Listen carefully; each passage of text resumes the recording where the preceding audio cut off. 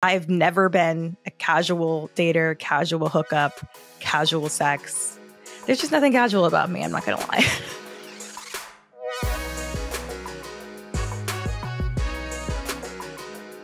Hi, guys, and welcome back to another episode of Vulnerable. I am your host, Chelsea Vaughn, and I think I finally got somewhat of a decent setup going on in my little home studio here.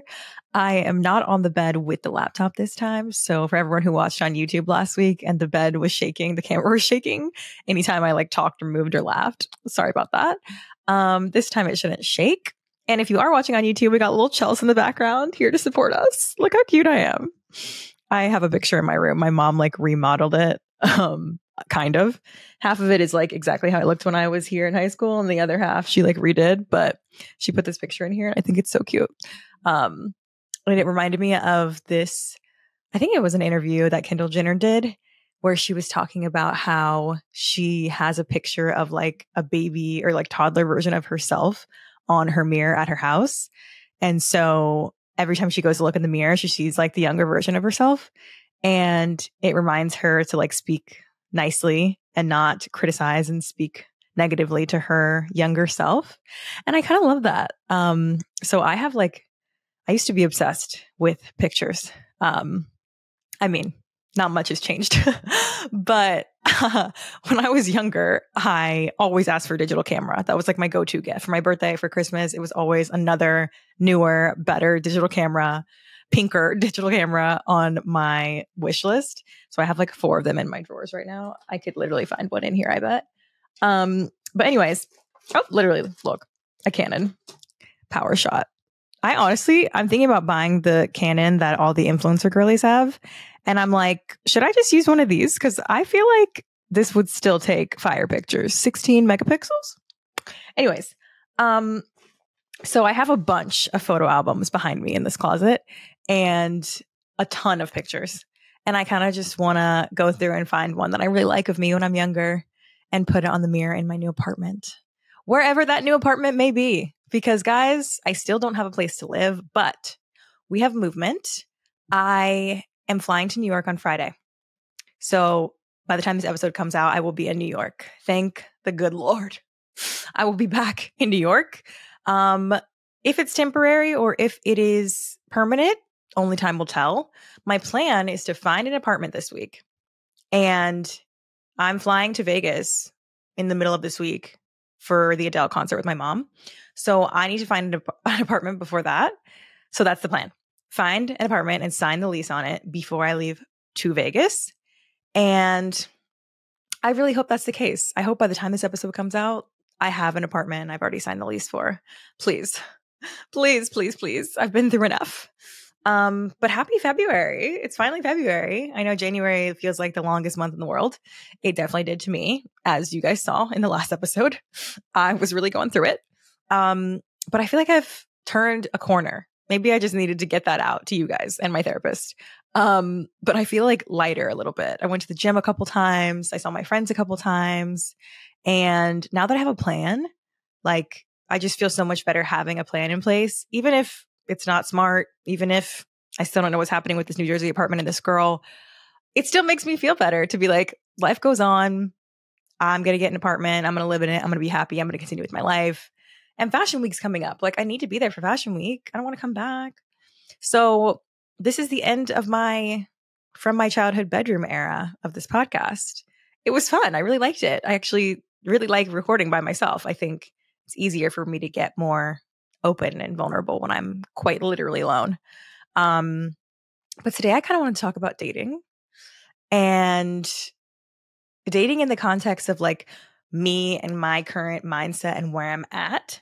So obviously you guys don't know my entire relationship history of my life, but I'll sum it up really quickly for you. I didn't really date at all in high school. None. Then college, not really. Kind of just started discovering boys and, doing silly little things, whatever. And then at the end of college, senior year, I met my first boyfriend. And we were together for 5 years. He moved to New York. We moved in together. We broke up in 2019. So from 2019 to 2020 was really the only time period that I've gotten on dating apps, like dated strangers, went out with people, whatever. And I think I was still like very much young and naive. I think I was like 25, 26. But I mean, like my mindset around men and dating and knowing what I want. And mid 20s, like, sure, fine. Yeah, we all kind of are still figuring out then. But I did end up dating someone else that I already knew from college for a long while and getting hung up on that situationship. So that ended at the end of 2019. And then 2020 came. And so there was really only like January until July-ish, because I went on The Bachelor in 2020 for me to date again. So honestly, if you add it all up, I feel like I've only really been actively dating for like 1 year in my life. And I'm 31. Like, that's not a lot of time. And so my goal right now is to kind of just have fun with it. It's so funny to me that my goal is to have fun. But that really is like something that I have to schedule and plan, because I have never been a casual dater. I'm just not a casual person when it comes to dating and when it comes to men. I just feel like I'm really intentional, and I've always been dating with a purpose. Like, I personally just don't see the point in going out with people if it's not going anywhere. Like, I don't want to waste my time, my valuable time, the only thing in this world that we can't ever get back, with someone. I'm spending my time with you and it's not going anywhere. Like, I personally just feel like that's pointless and I don't like it. It's like me with this apartment or me with my life right now. It's like, I need a plan in place. I just need to see it in the far future. I don't need you to commit to me immediately. I might not even like you. I don't need you to think that like I'm ready for marriage ASAP. That's not the case. It's just that, yes, I am ready to meet my person. Yes, I'm ready to have a partner, but I'm not in a rush like that. It's just, I need to know that we're on the same page, that we both want that. And then we can kind of just like get it out of the way and date. Like, no rush as far as getting to know each other. If you're my person, we're going to have our entire lives to do it. So like I said, my goal is to have fun. But this is actually really hard for me. Like, I kind of envy the women that are able to just be so carefree about dating and about men. Like, in my heart of hearts, like in my brain, I know it's not that serious. Like, I wish there was like a little light switch, a little dimmer inside of me that I could just push down a little more to the chill side. Cause like, it's not that I'm not chill, but I just can't seem to get out of my own head when it comes to dating. And it's driving me nuts. Like, I really want this to be a year where I have fun with it. Like, dating's supposed to be fun. I don't know. I don't want to get in that mindset where it's like, okay, I've dated so many people. I've been in love a few times. I've been burned. My heart's been broken. And now I'm just bitter and I don't even want to date and I don't even want to go out. I don't even want to put myself out there because it's just it's slim pickings. You know, the dating pool's so small. I'm not going to find anyone. It's going to take forever. It's like looking for a needle in a haystack. Even if that's true, I don't want to be in that mindset. Abundance, guys. Abundance is the mindset we should all be striving for. There are plenty of men out there. And this is not even like me being Delulu. This is just true. There are so many men on the planet.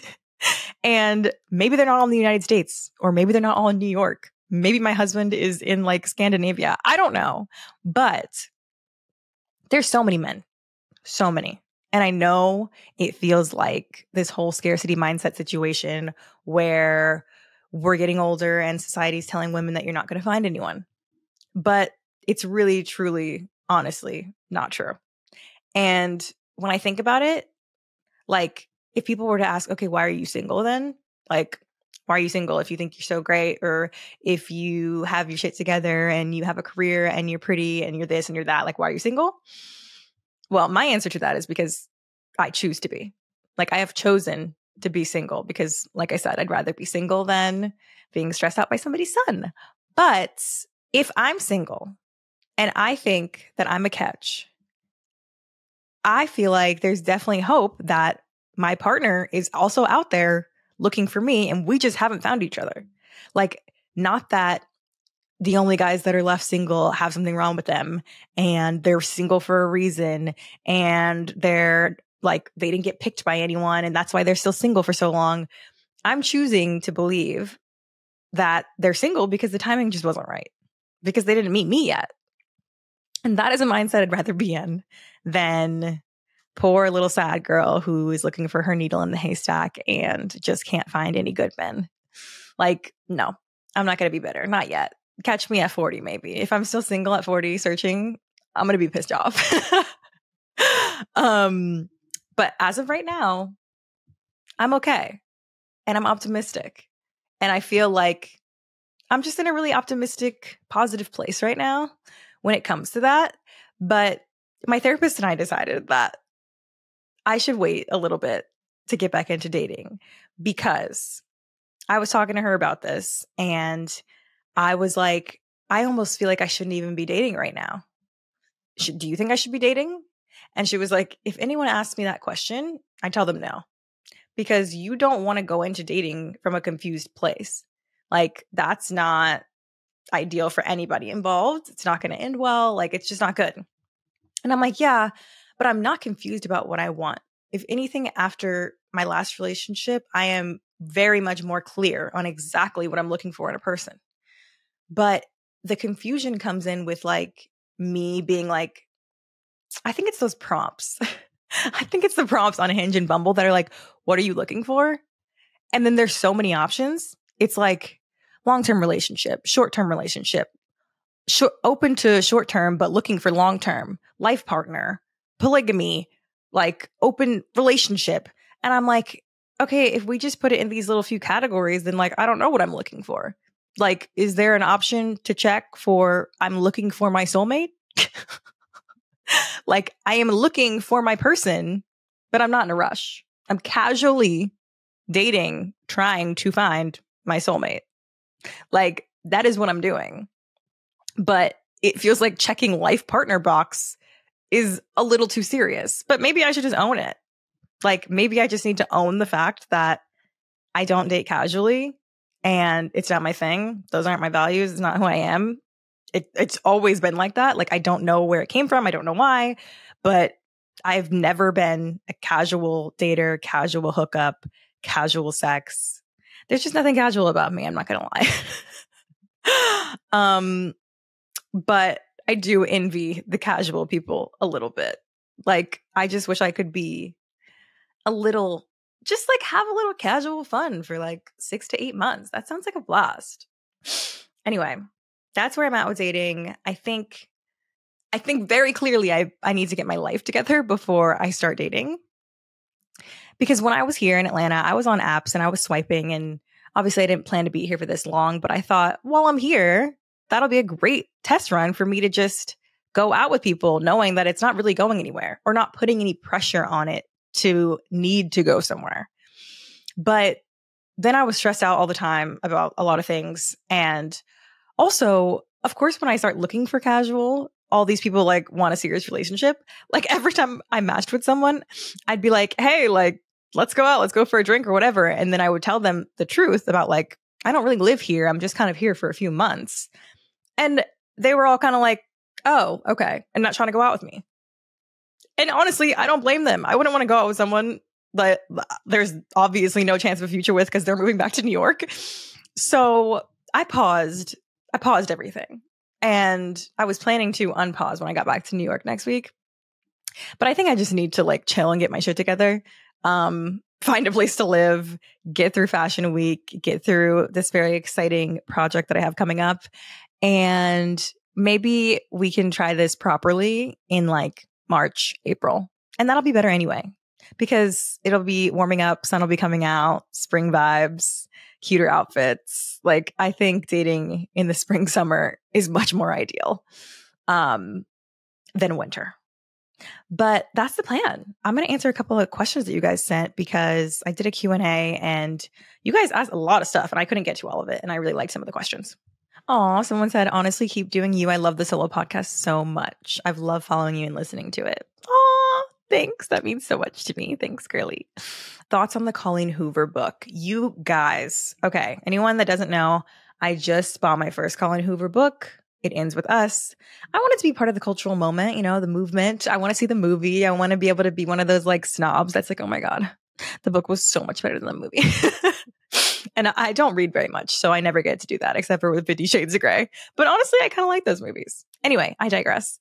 I'm reading It Ends With Us, and I wanted to do it as like a wind down before bed because I'm bad about being on my phone before bed, and that's bad for your eyes and it's bad for your sleep. And I'm just trying to be better in general. So I get this book and I posted, what do you guys think? Should I just wait for the movie? Is this good? Whatever. And I got a lot of mixed opinions. Half of you were like, best book I've ever read. I couldn't put it down. Other half were like, this is crap. I don't like her books. They're all the same. You don't need it. So I bought it anyway. And, it was a little slow getting into it, like maybe the first 80 pages. But last night, I could not put it down. And I never thought I'd be the girl saying this because like I said, I'm not a reader. I literally got in bed at 11 because I had to get up to meet my friend for the gym at 7:30 this morning. And I was like, okay, if I go to bed now, I could still get 8 hours of sleep. I'm just going to read for 20 minutes to get sleepy. Then I'm getting to the juiciest part of the book. If y'all have read this book, you know what I'm talking about. Like, it's the final diary entry. Everything's going crazy. And everything's getting a little dark. I did not know this book was so like, I don't know, messy. Anyways, and I was like, I can't stop reading. I just kept turning the pages. Next thing you know, it's 1:30 in the morning. And I was like, oh my God, I'm going to be so tired for the gym. I was okay. But all this to say, I'm very much enjoying it. I think I have like 100 pages left. I don't know how it's going to end. And I might be a new covert to Colleen Hoover. I'm going to have to get Verity and all the other ones that you guys, It Starts With Us. I have to get the other ones too, because now I'm hooked. How to not feel depressed when life is beating you up. Girl, I'm with you. January beat me the fuck up with iron knuckles. Okay. They had rings on her fingers. I think if you can afford therapy, that helps me a lot. It just brings me a different perspective. And it's nice to honestly just vent to somebody that isn't judging you and be able to say whatever you want, whatever's in your head. If you can't, journaling is always good. There's something about writing, like putting pen on paper and like getting the thoughts out of your head. That really helps. It helps me anyway. And that's also another way to just like word vomit everything and have nobody judging you. And then if you can get outside, I know it's winter, I know it's cold, but just like 5 to 10 minutes of sun a day. I sometimes downstairs in my house here, like it's a very sun-drenched house, lots of windows. Like I will literally just lay on the carpet in the living room on the floor where the sun is hitting for 10 minutes just to get that, vitamin D fix.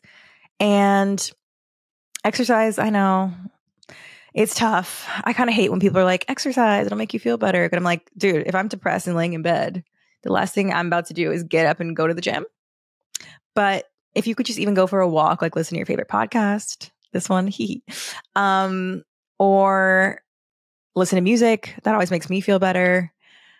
Like on my worst days, I think the one thing I can convince myself to do is take a shower. And I will take the longest, hottest shower with the music blasting.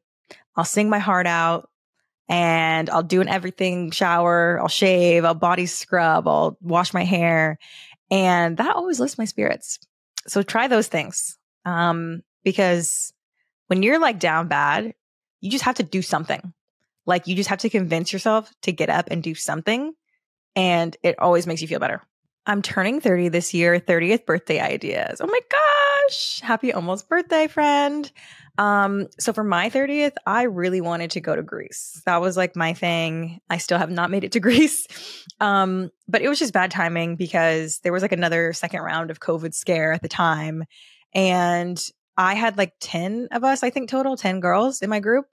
And none of us had ever been to Greece. So it's really hard to plan an international vacation when nobody's been. I guess I could have hired like a travel agent or something, but it was a lot. And then, time starts moving really fast and all of a sudden your birthday is right around the corner. And I was like, whatever. So we ended up going to Tulum, which was really fun. I highly recommend Tulum for a girls trip because the houses are really cheap. You can get like a sick mansion Airbnb. We all stayed in this like 2-story one. And I've been to other parts of Mexico, but Tulum's kind of different. It's like more fun. And I had the time of my life dancing on tables with sparklers and going to beach parties. And it was just so fun. So I would recommend a trip. If you can't afford a trip, or if your friends can't make it out of the group chat, which honestly is so hard. Like, I had to plan that trip almost a year in advance. And then like a couple of my closest friends still couldn't make it. One was in the middle of having a baby and the other one just couldn't come. It was just, yeah. So that's hard.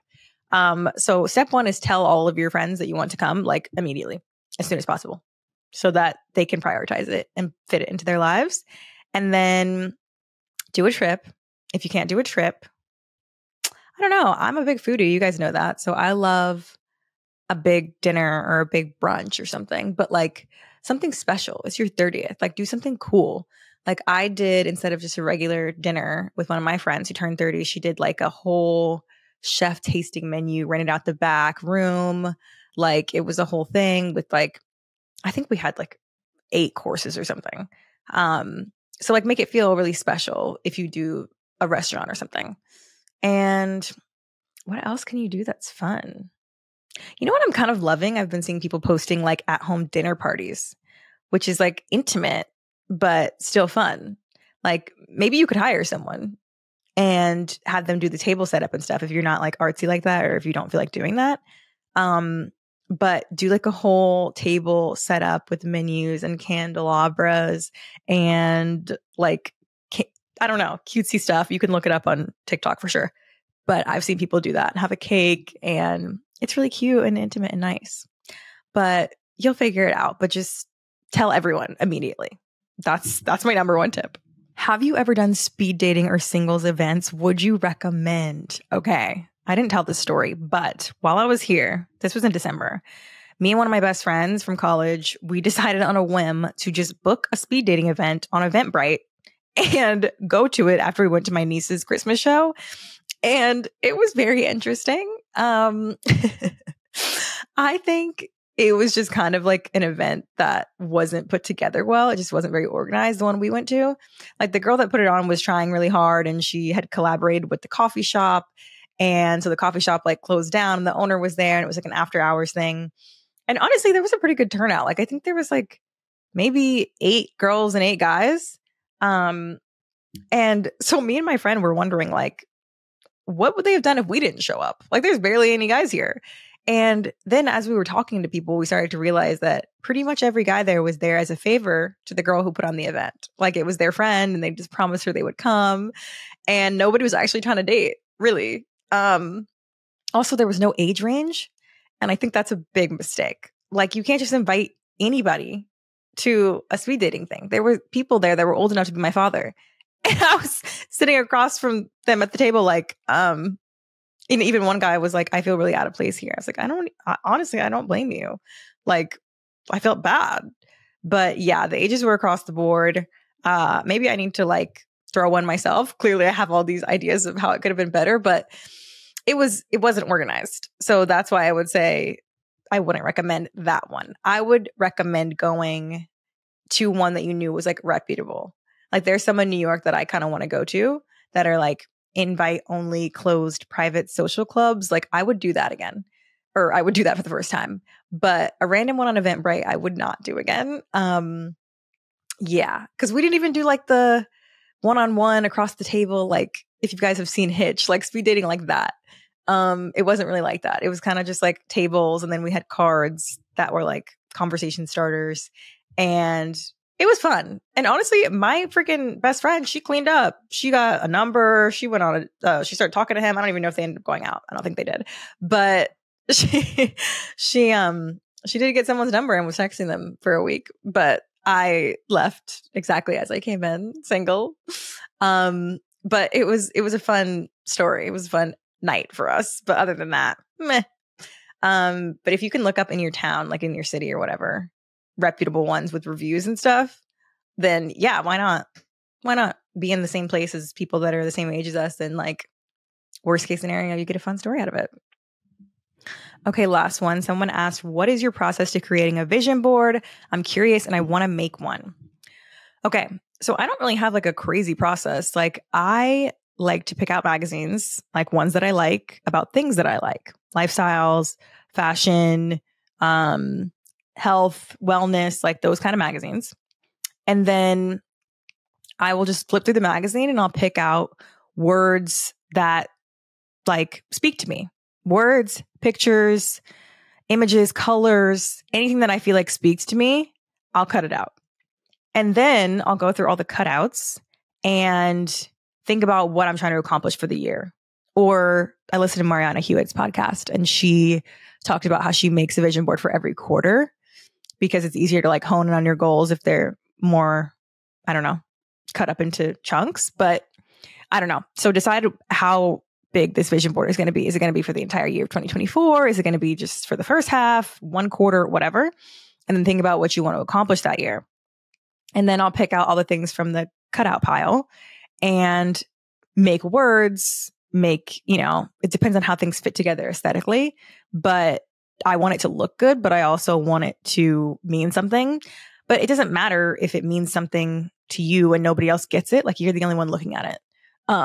So as long as it means something to you, like whatever it means, whatever you feel when you look at that word or when you look at that whatever, then cool. As long as you understand it, cool. And then I'll glue them all on. And I honestly think that doing one physically with the paper, literally buying magazines and cutting them out and stuff and putting it on a poster board, for some reason that feels a lot more powerful to me than like digital. Because I did a digital one last year and I made it my phone background and like it didn't really have the same effect. I didn't feel like it hit as hard.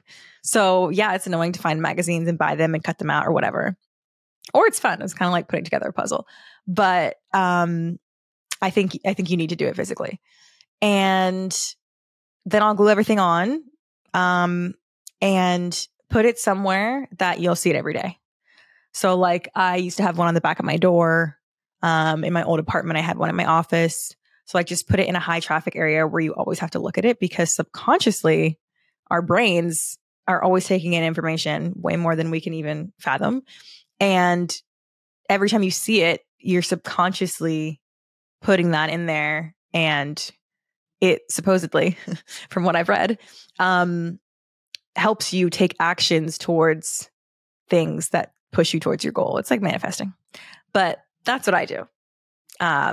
But, have fun with it. It's like a creative, fun process. Make the board whatever you want to make it. Show it to people or don't. And it's also fun to just look back on at the end of the year and be like, oh my God, that totally came true.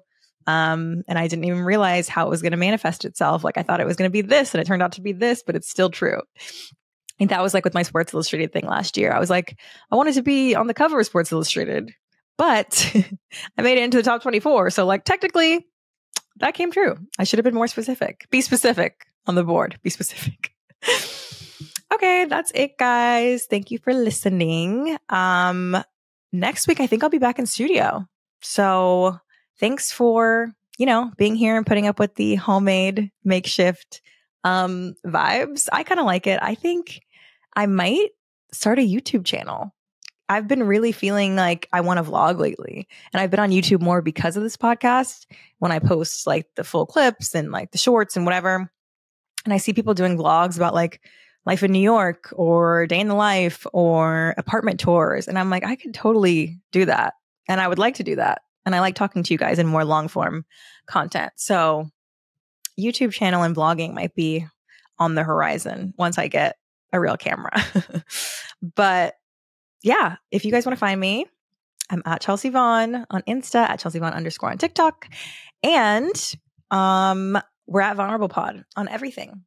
TikTok, YouTube, Insta. And next time I see you, I'm going to be back in New York. Eek! That's it. Bye, guys. Talk to you soon.